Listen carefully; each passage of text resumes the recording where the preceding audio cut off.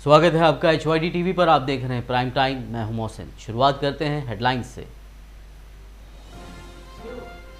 तेलंगाना के मुख्यमंत्री केसीआर ने नरेंद्र मोदी को बताया तुच्छ पीएम। कहा नहीं देखा नीची टिप्पणियों करने वाला ऐसा प्रधानमंत्री।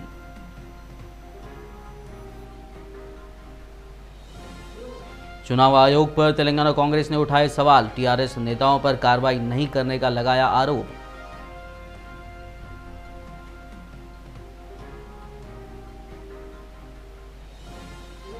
मोदी बड़ा तो केसीआर है छोटा डिक्टेटर। चेवेल्ला में चुनावी सभा से गुलाम नबी आजाद का बयान।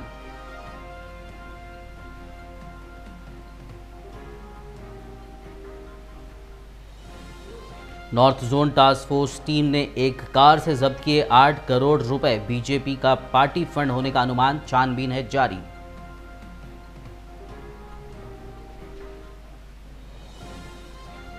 बीजेपी का घोषणा पत्र जारी। तस्वीरों और मंच से अटल, अडवाणी और मुरली मनोहर जोशी रहे गायब।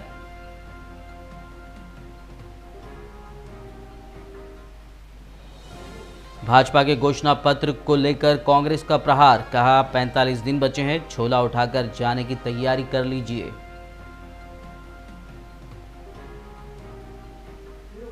और अब समाचार विस्तार से। तेलंगाना में मंडल परिषद और जिला परिषद चुनाव के लिए चुनाव आयोग ने सहमति जताई है।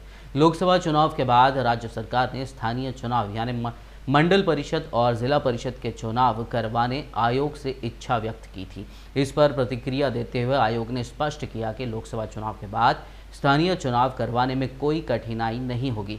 बता दें कि इस महीने के तीसरे सप्ताह में स्थानीय चुनावों के लिए नोटिफिकेशन जारी किए जाने की संभावना है और मई के महीने में मंडल परिषद और जिला परिषद के चुनाव की उम्मीद है। मुख्य निर्वाचन अधिकारी रजत कुमार ने निजामाबाद के किसानों को आवंटित चुनाव चिन्हों पर जानकारी दी है। रजत कुमार ने कहा कि मतदान से जुड़े सभी मुद्दों को स्पष्ट किया गया और किसानों ने इस पर संतोष व्यक्त किया। उन्होंने कहा कि निजामाबाद में मतदान सुबह 8 बजे से शाम 6 बजे तक होगा और सुबह 6 बजे से सुबह 8 बजे तक मॉक पोलिंग अभियान चलाया जाएगा। राजनाथ ने कहा एक हेलीकॉप्टर निजामाबाद खंड को आवंटित किया गया है और एक हेलीपैड की व्यवस्था भी की जा रही है। लगभग 400 इंजीनियरों को तैनात किया जाएगा। उन्होंने आगे कहा कि किसानों को 9 अप्रैल को निजामाबाद में रैली निकालने की अनुमति दी गई है। तेलंगाना के मुख्यमंत्री के चंद्रशेखर राव ने प्रधानमंत्री नरेंद्र मोदी पर धार्मिक आधार पर लोगों को बांटने का आरोप लगाते हुए कहा कि भाजपा ने चुनाव के समय में पाकिस्तान, हिंदू और राम मंदिर जैसे मुद्दे उठाए। निर्मल कस्बे में जनसभा में राव ने कहा कि उन्होंने ऐसा तुच्छ प्रधानमंत्री नहीं देखा जो निजी टिप्पणियां करता हो। उन्होंने कहा प्रधानमंत्री होते हुए उन्हें नीति संबंधी मामलों पर बात करनी चाहिए और निजी टिप्पणियां नहीं करनी चाहिए। मोदी ने पिछले महीने महबूबनगर में एक रैली में केसीआर के ज्योतिष में विश्वास को लेकर उन पर निशाना साधा था। मुख्यमंत्री इतने पर ही नहीं रुके बल्कि प्रधानमंत्री के प्रति कड़ी टिप्पणियां जारी रखते हुए कहा कि विगत चुनाव से पूर्व विदेशों से काला धन लाकर हर व्यक्ति के खाते में 15 लाख रुपए जमा करने वाले मोदी ने 15 रुपए तक खातों में नहीं डाले। फिर अब किस मुंह से वो वोट मांग रहे हैं। पूर्व केंद्रीय मंत्री और कांग्रेस के वरिष्ठ नेता गुलाम नबी आजाद ने कहा कि देश में तानाशाही चल रही है और बीजेपी के सत्ता में आते ही देश से लोकतंत्र खत्म हो जाएगा। तेलंगाना यात्रा के दौरान चेवेल्ला में चुनावी सभा से अपने भाषण में गुलाम नबी आजाद ने कहा कि विपक्ष के किसी भी नेता को सरकार की आलोचना की कोई अनुमति नहीं है। गुलाम नबी आजाद ने कहा कि अगर सरकार, प्रधानमंत्री या फिर तेलंगाना के मुख्यमंत्री पर कोई आलोचना करता है तो उसके खिलाफ एनफोर्समेंट डायरेक्टरेट, IT डिपार्टमेंट के मामले चलाए जाते हैं और उनके खिलाफ CBI लगाई जाती है।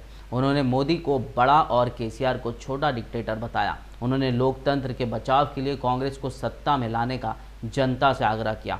चेवेल्ला से कांग्रेस के प्रत्याशी विश्वेश्वर रेड्डी को कामयाब करने की उन्होंने जनता से अपील भी की। मेरी बहनों और भाइयों, बीजेपी के आते ही इस देश का लोकतंत्र खत्म हुआ और डिक्टेटरशिप हो गई। आज लोकतंत्र की नाम की कोई चीज नहीं। आज भारत में डेमोक्रेसी नहीं है, आज डिक्टेटर चल रहा। आज किसी भी अपोजिशन के नेता को सरकार की निंदा करने का कोई हक नहीं। अगर सरकार की, प्रधानमंत्री की या यहां के केसीआर की भी कोई निंदा करता है, उसके खिलाफ ईडी के केसेस चलाते हैं, उसके खिलाफ। उत्तर प्रदेश के मुख्यमंत्री योगी आदित्यनाथ ने तेलंगाना एवं आंध्र प्रदेश में कांग्रेस, टीआरएस और एमआईएम पर हमला बोला और आरोप लगाया कि उन्होंने विकास बाधित किया और लोगों की भावनाओं से खिलवाड़ किया है। आदित्यनाथ ने कहा कि इन पार्टियों ने वंशवादी और पारिवारिक राजनीति को बढ़ावा दिया है और आम लोगों के जीवन को मुश्किल बनाया है। उन्होंने एआईएमआईएम प्रमुख असदुद्दीन ओवैसी और अकबरुद्दीन ओवैसी पर भी हमला बोला और आरोप लगाया कि उनके द्वारा दिए गए नकारात्मक बयान हैदराबाद और तेलंगाना के लोगों का अपमान है। कार्य का उद्देश्य ही है कांग्रेस का हाथ देशद्रोहियों के साथ, टीआरएस का हाथ ओवैसी बंधुओं के साथ। आप अनुमान कर सकते हैं कि इनकी दिशा क्या है। एक नकारात्मक दिशा जो भारत का विकास नहीं, भारत को विनाश के गर्त पर ले जाना चाहते हैं। और यही कारण है टीआरएस की सरकार को पिछले 5 वर्षों से आप लोगों ने देखा है, न उन्होंने किसानों का कर्ज माफ किया, न उन्होंने यहां पे भागीरथी योजना के अंतर्गत यहां के गांव-गांव में पेयजल की सुविधा उपलब्ध कराने में वे सफल हैं, न ही उन्होंने यहां पे रोजगार की कोई सुविधा देने में वे सफल हैं।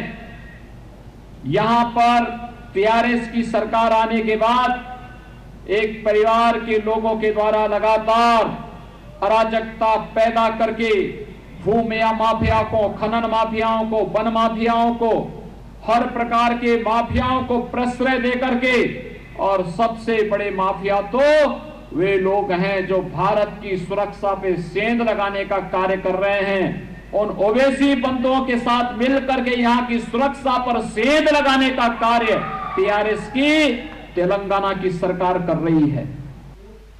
खम्मम लोकसभा सीट से कांग्रेस की उम्मीदवार रेणुका चौधरी ने मुख्यमंत्री केसीआर पर निशाना साधा है। मुख्यमंत्री के चंद्रशेखर राव की बातों को बेहद खराब बताते हुए रेणुका चौधरी ने मुख्यमंत्री की बातों पर जीएसटी लगाने की बात कही। कांग्रेस पार्टी पर केसीआर के लगातार जवानी हमलों पर क्रोध व्यक्त करते हुए रेणुका चौधरी ने कहा कि केसीआर को अपनी जबान पर कंट्रोल नहीं है।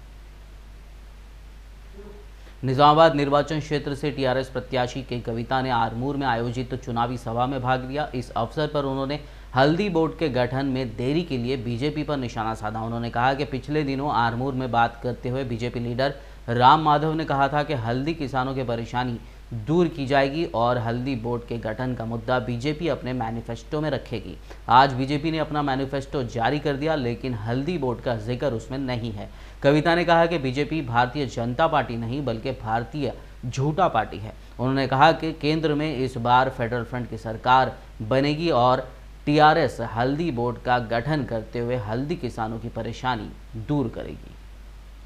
ఇట్లా జరుగుతుంటే నిన్నగాక మొన్న బీజేపీ వాళ్ళు ఇక్కడ ఆర్మూర్ల సభ పెట్టి ఏమన్నారు, పసుపు గురించి, పసుపు రైతుల కష్టాల గురించి మాకు తెలియదు, ఇప్పుడు తెలిసింది కాబట్టి మేము మా మేనిఫెస్టోలో పెడతామని చిలక పలుకులు వలికిండ్రు. తమ్ముడు ఇప్పుడే 10 నిమిషాల కింద భారతీయ జనతా పార్టీ వాళ్ళు మేనిఫెస్టో రిలీజ్ చేసిండ్రు. మనం ఇక్కడ మీటింగ్లు ఉన్నప్పుడే వాళ్ళు రిలీజ్ చేసిండ్రు. కానీ ఆ మేనిఫెస్టోలో పసుపు బోర్డు అంశం పెడతా అని చెప్పిపోయిన రామ్మాను మాట తప్పిండు. పసుపు బోర్డు అంశం ఇవాళ మేనిఫెస్టోలో పెట్టలేదు. అంటే భారతీయ జనతా పార్టీ కాదు, భారతీయ జూటా పార్టీ అని ఏదైతే మేము చెప్పినామో అది ఇవాళ నిజమైంది. పసుపుని పెడతా అని చెప్పి మాయ మాటలు చెప్పుకుంటా, కల్లిబొల్లి మాటలు చెప్పుకుంటా తిరిగిండ్రు. మరి ఇవాళ మేనిఫెస్టో రిలీజ్ అయితే దాంట్లో పసుపు బోర్డు విషయం లేదు. ఇవాళ భారతీయ జనతా పార్టీ నాయకులు, ముఖ్యంగా రామ్ మాధవ్ గారిని నేను సవాల్ చేస్తా ఉన్నా, చిత్తశుద్ధి ఉంటే ఇప్పటికన్నా మేనిఫెస్టోలో ఆ విషయం పెట్టించండి. మీరు మేనిఫెస్టోలో పెట్టినా పెట్టకపోయినా ఎట్లాగూ మీరు అధికారంలోకి వచ్చేది లేదు. రేపటి నాడు అధికారంలోకి వచ్చేది ఫెడరల్ ఫ్రంట్ ప్రభుత్వమే. తప్పకుండా పసుపు బోర్డు మేము సాధించుకుంటామని చెప్పి ఈ సందర్భంగా మీకు తెలియజేస్తా ఉన్నా। टीआरएस नेताओं के खिलाफ चुनाव आयोग द्वारा कोई कार्रवाई नहीं किए जाने का विरोध प्रकट करते के लिए पीसीसी के आधिकारिक प्रवक्ता सैयद निजामुद्दीन ने एक अनोखा रास्ता अपनाते हुए केंद्र मुख्य चुनाव आयुक्त सुनील अरोड़ा के अलावा राज्य के मुख्य चुनाव अधिकारी रजत कुमार और राज्य सरकार के मुख्य सचिव एसके जोशी को भी संविधान की पुस्तक, राष्ट्रपति महात्मा गांधी और BR अम्बेडकर के चित्र भी भेजे हैं। साथ में उन्होंने एक संदेश भी भेजा है। संदेश में उन्होंने कहा है कि एक आम आदमी की तरफ से ये तोहफे भेजे जा रहे हैं और ये संविधान और देश के प्रति जिम्मेदारियों को हमेशा याद दिलाते रहेंगे। उन्होंने आरोप भी लगाया कि केंद्रीय चुनाव आयोग अपनी जिम्मेदारियां निष्पक्ष रूप से नहीं निभा रहा है। चवेला लोकसभा क्षेत्र से निर्दलीय प्रत्याशी के तौर पर सानेम राजू गौड़ इस बार लोकसभा चुनाव में अपनी किस्मत आजमा रहे हैं। उनका निशाना कोकोनट फार्म है। राजू गौड़ ने चवेला क्षेत्र की जनता से उन्हें वोट देकर कामयाब करने की अपील की है। नमस्कार, मेरा नाम राजू गौड़, चवेला कॉन्स्टिट्यूंसी से इंडिपेंडेंट कैंडिडेट के रूप में आपके क्षेत्र में आया हूँ। आपका कीमती वोट दे के मुझे आशीर्वाद दीजिए। मेरा सिंबल है कोकोनट फार्म, सीरियल नंबर 23। आगामी लोकसभा चुनाव में वोटिंग परसेंटेज में वृद्धि के उद्देश्य से मल्काजगिरी के मेडचल में 2K रन आयोजित की गई, जिसमें जिला कलेक्टर MV रेड्डी के अलावा सिने स्टार्स ने भाग लिया। सोमवार की सुबह कीसरा आउटर रिंग रोड जंक्शन से वर्धन स्कूल के 2K रन आयोजित की गई थी। इस अवसर पर वोट की अहमियत पर प्रकाश डाला गया और हर व्यक्ति को अपने वोट का इस्तेमाल करने का आग्रह किया गया। तेलंगाना में आगामी लोकसभा चुनाव के करीब आते आते पुलिस की चौकसी भी तेज हो गई है। Hyderabad north zone task force team ने नारायणगुड़ा में एक कार से 8 करोड़ रुपए नकद राशि जब्त की है।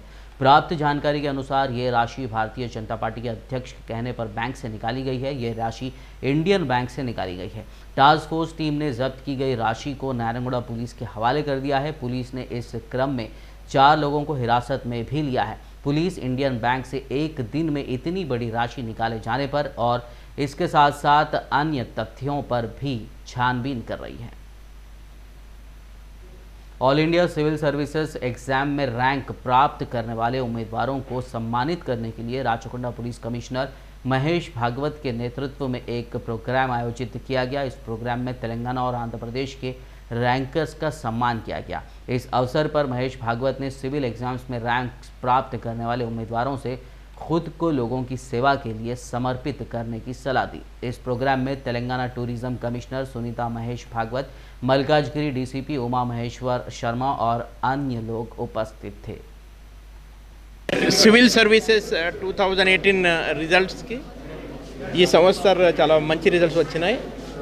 ఈ సంవత్సరం 759 సీట్స్ కోసం ఫైనలీ మా వాట్సాప్ గ్రూప్ నుంచి ఇక్కడ హైదరాబాద్ గ్రూప్లో 41, తర్వాత మహారాష్ట్ర గ్రూప్లో 56 మంది, మొత్తం అది 97 క్యాండిడేట్స్కి ఎంపిక అయింది.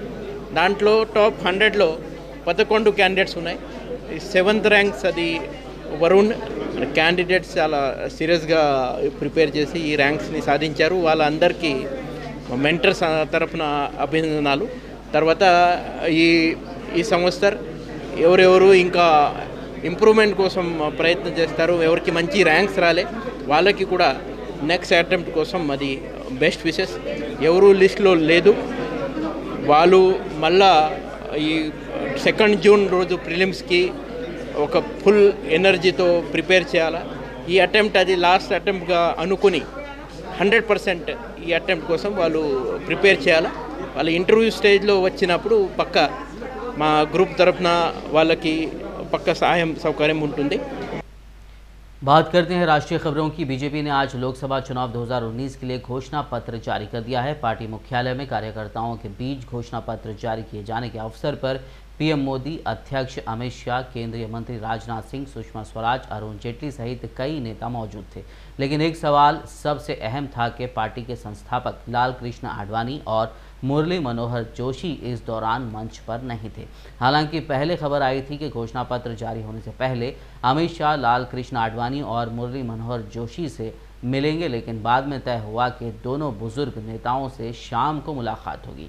बीजेपी के इतिहास में ये शायद पहला मौका होगा जब लोकसभा चुनाव के लिए जारी होने वाले घोषणा पत्र में लाल कृष्ण आडवाणी और मुरली मनोहर जोशी मौजूद नहीं थे। बीजेपी के संकल्प पत्र में जहां सबसे ऊपर राष्ट्रवाद, आतंकवाद जैसे मुद्दों को जगह दी गई, वहीं राम मंदिर के बारे में बहुत ही कम लाइंस दी गई।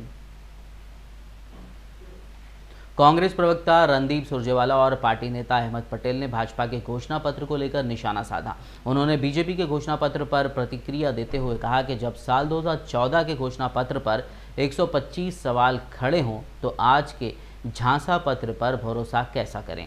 अहमद पटेल ने चुटकी लेते हुए कहा कि फिर एक बार उन्होंने किया झांसा पत्र तैयार।